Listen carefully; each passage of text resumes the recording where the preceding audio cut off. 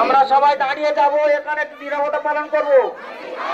এখানে আমরা একটু নীরবতা পালন করব। ডক্টর মৌমিতা গুণের প্রতিবাদ আমরা এখানে একটু নীরবতা পালন করব।